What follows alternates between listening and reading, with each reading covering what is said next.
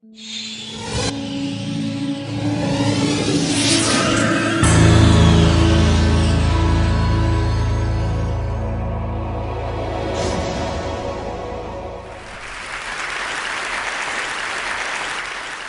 would like to talk today about what I think is one of the greatest adventures human beings have embarked upon, which is the quest to understand the universe and our place in it.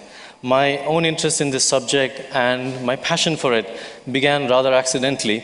I had bought a copy of this book, The Universe and Dr. Einstein, a used paperback from a second-hand bookstore in Seattle. A few years after that, in Bangalore, I was finding it hard to fall asleep one night, and I picked up this book thinking it would put me to sleep in 10 minutes. And as it happened, I read it from midnight to 5 in the morning in one shot. And I was left with this intense feeling of awe and exhilaration at the universe and our own ability to understand as much as we do. And that feeling hasn't left me yet. That feeling was the trigger for me to actually change my career from being a software engineer to become a science writer so that I could partake in the joy of science and also the joy of communicating it to others. And that feeling also led me to a pilgrimage of sorts, to go literally to the ends of the earth, to see telescopes, detectors, instruments that people are building or have built in order to probe the cosmos in greater and greater detail. And so it took me from places like Chile, the Atacama Desert in Chile, to Siberia, to underground mines in the Japanese Alps in Northern America, all the way to Antarctica and even to the South Pole. And today I would like to share with you some images, some stories of these trips. I have been basically spending the last few years documenting the efforts of some extremely intrepid men and women who are putting literally at times their lives at stake, working in some very remote and very hostile places so that they may gather the faintest signals from the cosmos in order for us to understand this universe. And I first begin with a pie chart, and I promise this is the only pie chart in the whole presentation, but it sets up the state of our knowledge of the cosmos. All the theories in physics that we have today properly explain what is called normal matter, the stuff that we are all made of, and that's 4% of the universe. Astronomers and cosmologists and physicists think that there is something called dark matter in the universe, which makes up 23% of the universe, and something called dark energy, which permeates the fabric of space-time, that makes up another 73%. So if you look at this pie chart, 96% of the universe at this point in our exploration of it is unknown or not well understood. And most of the experiments, telescopes that I went to see are in some way addressing this question, these two twin mysteries of dark matter and dark energy. I will take you first to an underground mine in northern Minnesota where people are looking for something called dark matter. And the idea here is that they're looking for the sign of a dark matter particle hitting one of their detectors.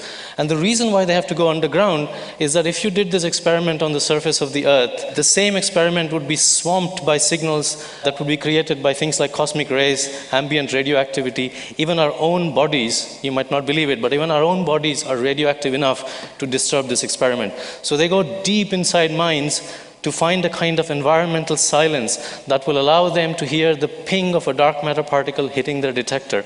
And I went to see one of these experiments, and this is actually, you can barely see it, and the reason for that is it's entirely dark in there. This is a cavern that was left behind by the miners who left this mine in 1960, and physicists came and started using it sometime in the 1980s. And the miners in the early part of the last century worked literally in candlelight.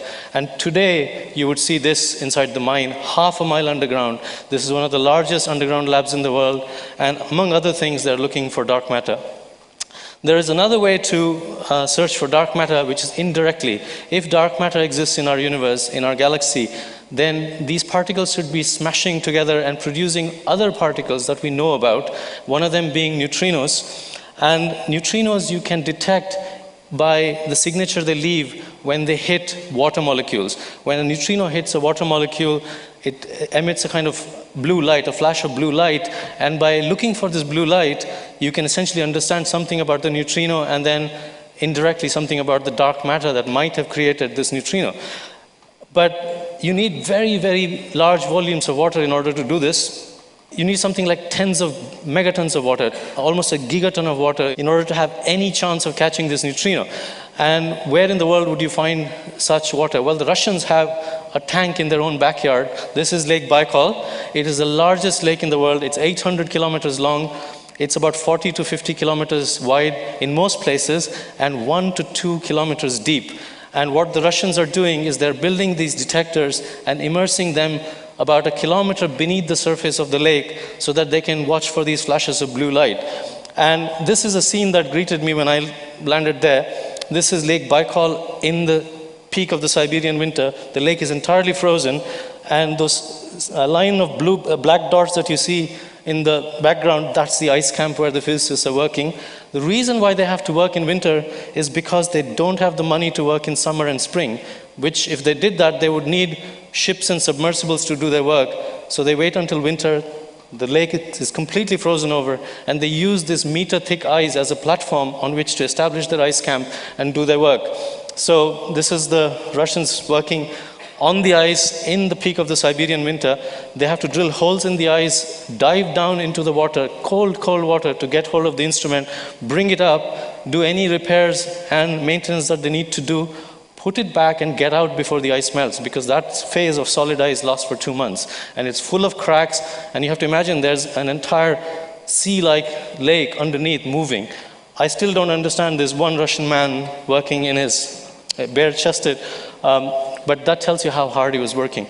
And these people, a handful of people, have been working for 20 years, looking for particles that may or may not exist. And they have dedicated their lives to it. And just to give you an idea, they have spent 20 million over 20 years of it's very harsh conditions. They work on a shoestring budget.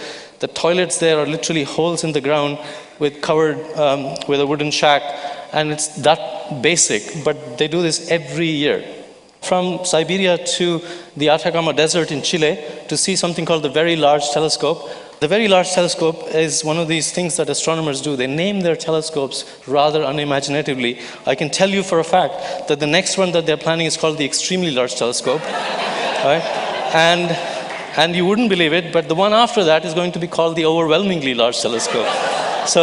But nonetheless, it's an extraordinary piece of engineering. These are 4 8.2 meter telescopes, and these telescopes, among other things, they're being used to study how the expansion of the universe is changing with time.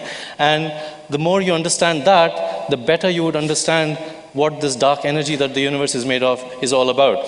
And one piece of engineering that I want to leave you with as regards this telescope is the mirror. Each mirror, there are 4 of them, is made of a single piece of glass, a monolithic piece of high-tech ceramic that has been ground down and polished to such accuracy that the only way to understand what that is imagine a city like Paris with all its buildings and the Eiffel Tower. If you grind down Paris to that kind of accuracy, you would be left with bumps that are 1 millimeter high. And that's the kind of polishing that these mirrors have endured. And extraordinary set of telescopes. Here's another view of the same. The reason why you have to build these telescopes in places like the Atacama Desert is because of the high altitude desert. The dry air is really good for telescopes, and also the cloud cover is below the summit of these mountains so that the telescopes have about 300 days of clear skies.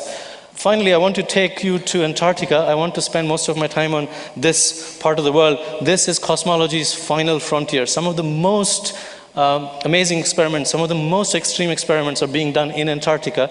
I was there to view something called a long-duration balloon flight, which basically takes telescopes and instruments all the way to the upper atmosphere, the upper stratosphere, 40 kilometers up, and that's where they do their experiments, and then the balloon, the payload is brought down. So this is us landing on the Ross Ice Shelf in Antarctica. That's an American C-17 cargo plane that flew us from New Zealand to McMurdo in Antarctica. And here we are about to board our bus, and I don't know if you can read the lettering, but it says Ivan the Terrabus. That's taking us to McMurdo, and this is the scene that greets you in McMurdo. And you barely might be able to make out this hut here. This hut was built by Robert Falcon Scott and his men, when they first came to Antarctica on their first expedition to go to the South Pole, because it's so cold, the entire contents of that hut is still as they left it, with the remnants of the last meal they cooked still there. It's an extraordinary place. This is McMurdo itself. About 1,000 people work here in summer and about 200 in winter when it's completely dark for 6 months. I was here to see the launch of this particular type of instrument. This is a cosmic ray experiment that is being launched all the way to the upper stratosphere to an altitude of 40 kilometers. What I want you to imagine is this is 2 tons in weight. So you're using a balloon to carry something that is 2 tons all the way to an altitude of 40 kilometers. And the engineers, the technicians, the physicists have all got to assemble on the Ross Ice Shelf, because Antarctica is, I won't go into the reasons why, but it's one of the most favorable places for doing these balloon launches, except for the weather. The weather, as you can imagine, this is summer, and you're standing on 200 feet of ice, and there's a volcano behind, which has glaciers at the very top. And what they have to do is they have to assemble the entire balloon, fabric, parachute, and everything on the ice, and then fill it up with helium, and that process takes about 2 hours. And the weather can change as they're putting together this whole assembly. For instance, here they're laying down the balloon fabric behind, which is eventually going to be filled up with helium. Those 2 trucks you see at the very end carry 12 tanks each of compressed helium.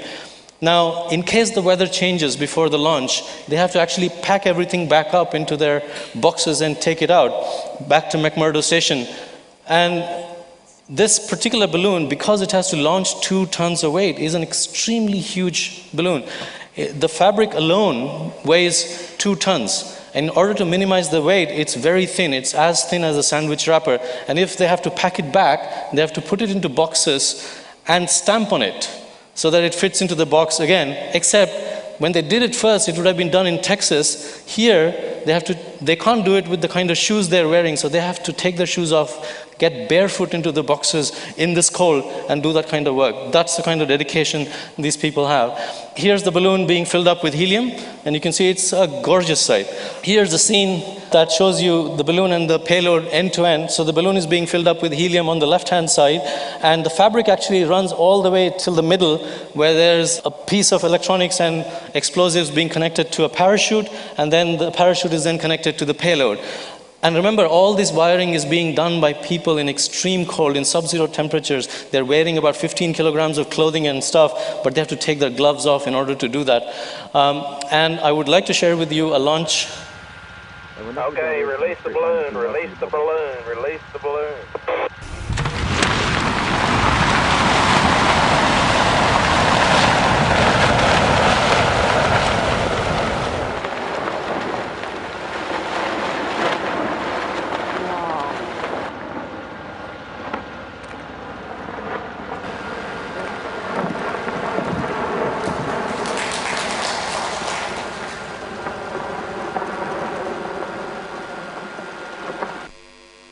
And I'll finally like to leave you with 2 images. This is an observatory in the Himalayas in Ladakh in India, and the thing I want you to look at here is the telescope on the right-hand side, and on the far left there is a 400-year-old Buddhist monastery. This is a close-up of the Buddhist monastery, and I was struck by the juxtaposition of these 2 enormous disciplines that humanity has. One is exploring the cosmos on the outside, and the other one is exploring our interior being, and both require silence of some sort. And what struck me was every place that I went to see these telescopes, the astronomers and cosmologists are in search of a certain kind of silence, whether it's silence from radio pollution or light pollution or whatever. And it was very obvious that if we destroy these silent places on Earth, we will be stuck on a planet without the ability to look outwards, because we will not be able to understand the signals that come from outer space. Thank you.